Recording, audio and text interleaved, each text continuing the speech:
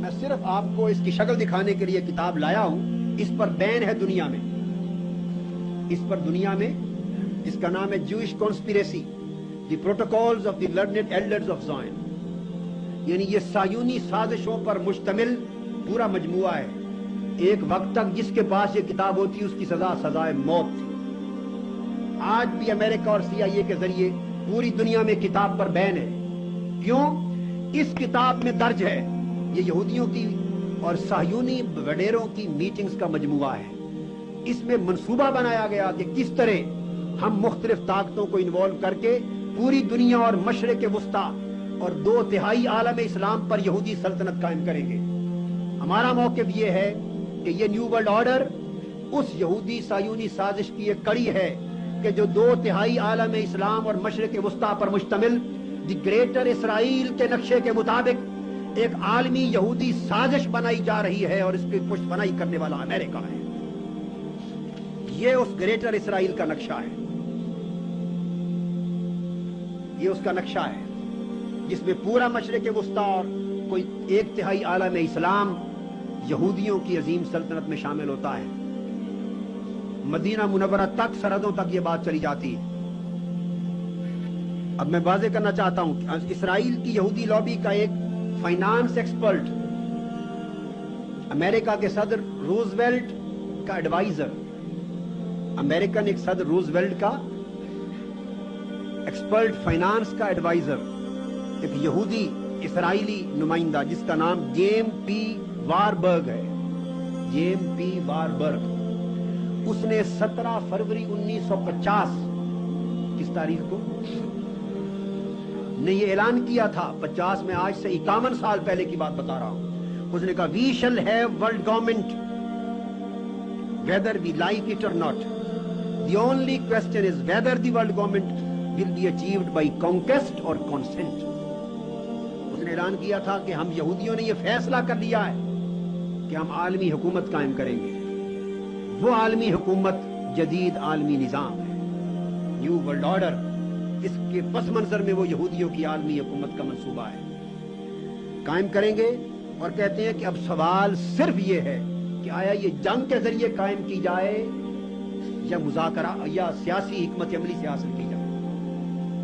فتح کر کے یہ عالمی حکومت قائم کریں یا سازشوں کے ذریعے قائم کریں, کانسنٹ, مشوروں سے اور آمادگیوں سے. جوئش ورلڈ گورنمنٹ کا جو منصوبہ ہے وہ بیک گراؤنڈ ہے نیو ورلڈ آرڈر کی. اور کیا عالم اسلام کے اس لیے ادھر امریکہ نیوکلیئر ویپنری پر پابندی لگا رہا ہے, ادھر سیکریٹ ایگریمنٹس کر رہا ہے, مخفی نیوکلیئر ویپن دینے کی اسرائیل کے ساتھ معاہدے کر رہا ہے. اسرائیل کی ٹوٹل دفاعی قوت کا 2/3 خرچہ خود اٹھانے کا وعدہ کر رہا ہے. اور مشرق وسطیٰ میں امریکہ اپنا دفاعی اور فوجی اڈا بنانے کا وعدہ کر رہا ہے. یہ نیو ورلڈ آرڈر ہے, یہ امن عالم قائم ہو رہا ہے. اور اسرائیل نے مشرق وسطیٰ میں امن قائم کرنے کے لیے $10 بلین کا امداد مانگی ہے امریکہ سے, امن قائم کرنے کے لیے. امن $10 بلین سے قائم ہوگا. اسرائیل چاہتا ہے مجھے اتنا طاقتور بنا دیا جائے کہ مشرق وسطیٰ اور گرد و نواح میں کوئی طاقت نیوکلیئر پاور اور اسلحہ میں اور فوج میں میرے برابر نہ رہے, تب امن قائم ہوگا. مسلمانوں سے اسلحہ چھین لو, مجھے اسلحے سے لیس کر دو, جرت نہیں ہے کہ وہ اس کو چیلنج کر سکے. یہ نیو ورلڈ آرڈر کا جاری کیا جانا, میں بیان کرتا ہوں, یہ UNO کے چارٹر کی خلاف ورزی. UNO کے ممبر ممالک کو چاہیے کہ وہ نیو ورلڈ آرڈر کے اجرا کے خلاف احتجاج کریں کہ یہ استعماریت ہے, یہ آمریت ہے, یہ خلاف جمہوریت ہے. اقوام عالم کے ضمیر کو جوتے مارے جا رہے ہیں, اس کے خلاف احتجاج ہونا چاہیے. UNO کو پروٹیسٹ کرنا چاہیے اس نیو یارک کے اجلاس کے اندر, اگر ان کے اندر کوئی طاقت, کوئی اہمیت رہ گئی ہو. اب اگلا سوال یہ ہے, یہ تو تھا کہ UNO کا حال کیا ہوگا. اب تیسری دنیا کا حال کیا ہوگا.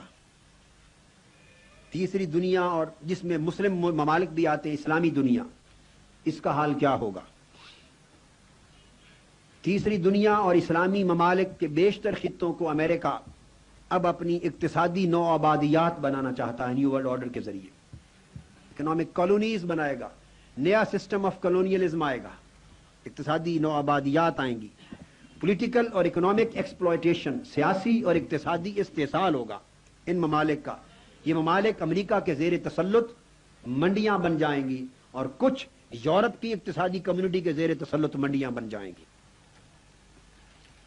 آپ اندازہ کیجئے کہ اس میں تیسری دنیا کے ممالک اور اسلامی دنیا کا حال. امریکہ ایک طرف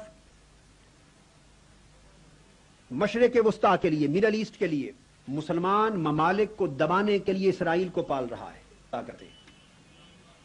اسلامی دنیا کا حشر اس نیو ورلڈ آرڈر میں یہ ہونا. آپ کو یاد ہوگا جب گلف وار ہوئی تھی عراق اور سعودیہ کی, اور یہ ساری انوالو ہوئے, امریکہ اتحادیوں کو لے کر آیا. ہم نے روز اول سے روز آخر تک قوم کو یہ بتایا تھا کہ کویت پر عراق کا قبضہ مستحسن قدم نہیں, ہم اس کی مذمت کرتے ہیں, مگر اس سے زیادہ مذمت کے لائق امریکہ اور اتحادیوں کا حملہ ہے. ہم نے بتایا کہ گلف وار کویت کی آزادی کے لیے نہیں, یہ نیو ورلڈ آرڈر کا اجرا ہے. عالم اسلام کو کچلنے کے لیے لڑی گئی.